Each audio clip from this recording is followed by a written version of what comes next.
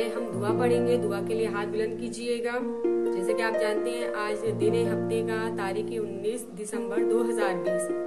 रब्बी जिदनी इल्मा, ए रब मेरे इल्म में इजाफा फरमा, आमीन सुम्मा आमीन। स्टूडेंट, लेक्चर शुरू करने से पहले मैंने एक स्टोरी पढ़ी थी जो कि मुझे बहुत अच्छी लगी, तो मैंने सोचा मैं आप लोग के साथ शेयर करती हूँ ये स्टोरी। अब मैं आपको सुनाऊंगी स्टोरी। एक मुसाफिर होते हैं, वो किसी जंगल से गुजर रहे होते हैं, उन्हें कहीं जाना होता है, तो बीच में उनके एक जंगल पड़ता है जिसको पार करके उन्होंने शहर में दाखिल होना होता है। वो जब गुजरते हैं जंगल से अपने ख्यालों में मगन होते, कुछ देर जाते हैं जंगल के अंदर कुछ दूर, तो उन्हें एक बुजुर्ग नजर आते हैं। उनको उस बुजुर्ग इबादत कर रहे थे, लेकिन जो सबसे अजीब बात उन हजरत को लगती है वो ये लगती है कि उनके आगे एक सूखी टहनी है, वो इबादत में मशगूल है। वो कुछ देर तो उन्हें देखते हैं लेकिन उनसे नहीं रहा जाता। फिर वो उनसे पूछते हैं कि बड़ी माजरत के साथ कि आप मुझे ये बताएंगे कि आपने ये सूखी टहनी अपने आगे रखी हुई है, इसकी क्या वजह है? वो कहते हैं कि मैं इबादत कर रहा हूँ। वो कहते हैं कब से? कहते मैं बहुत सालों से इबादत कर रहा हूँ। कहते ये टहनी, सूखी हुई टहनी क्यों रखी हुई है? कहते जिस दिन अल्लाह ताला ने मेरी तमाम इबादत कबूल फरमा ली, उस दिन ये टहनी हरी भरी हो जाएगी।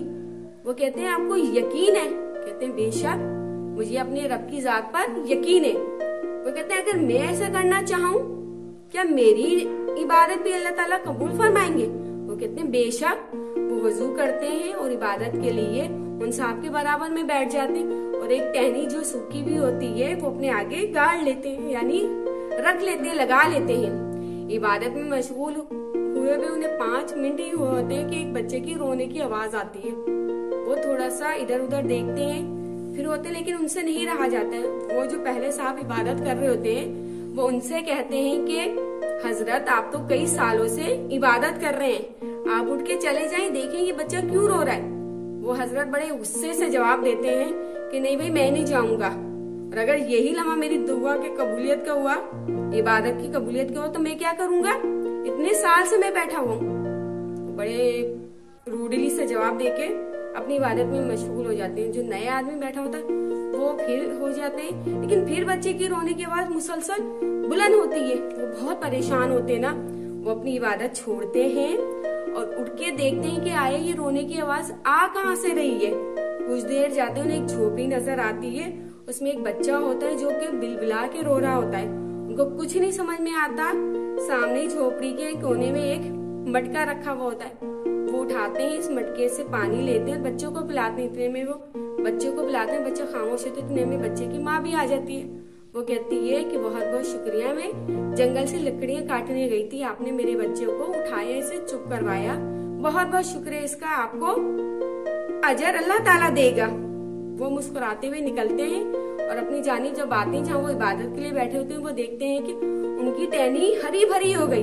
तो इसका क्या मतलब हुआ बच्चों? इसका मतलब ये होता है कि हमें अल्लाह की इबादत तो करते हैं हम, बेशक वो कबूल करने वाली जात है, वो हमारा खालिक और मालिक है, वो हन्नान है, लेकिन अगर हम उसके बंदों की मदद करें, उनका ख्याल रखें, तो वो ज्यादा खुश होता है। तो आज हम एक चैप्टर पढ़ेंगे जिसमें अल्लाह का ही जिक्र किया गया है। तरफ आते हैं चैप्टर चोर और माली पढ़ेंगे। सफर नंबर है 74। एक बाग का मालिक किसी काम से गया हुआ था।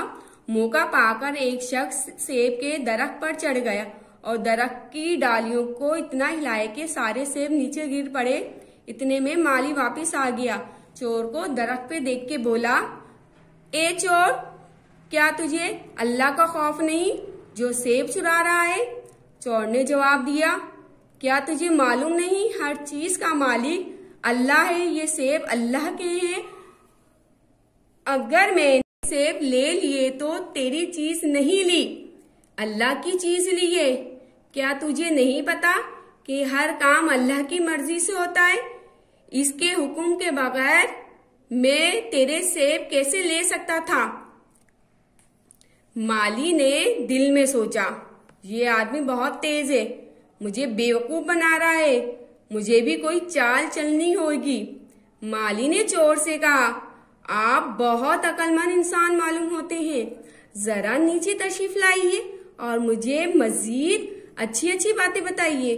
चोर अपनी तारीफ सुनकर बहुत खुश हुआ और झट दरख्त से नीचे उतर आया।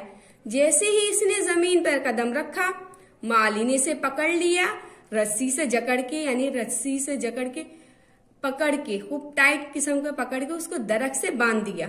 इसके बाद माली ने लाठी लेकर चोर को खूब पीटा। चोर चीखता चिल्लाता रहा, अरे मुझे क्यों मारते हो? मैंने तुम्हारा क्या बिगाड़ा है? कुछ तो अल्लाह का खौफ करो। चोर की ये बात सुन के माली बहुत हंसा और बोला, अरे अक्लमंद इंसान, तू नहीं तो मुझे बताया कि हर चीज का मालिक अल्लाह है।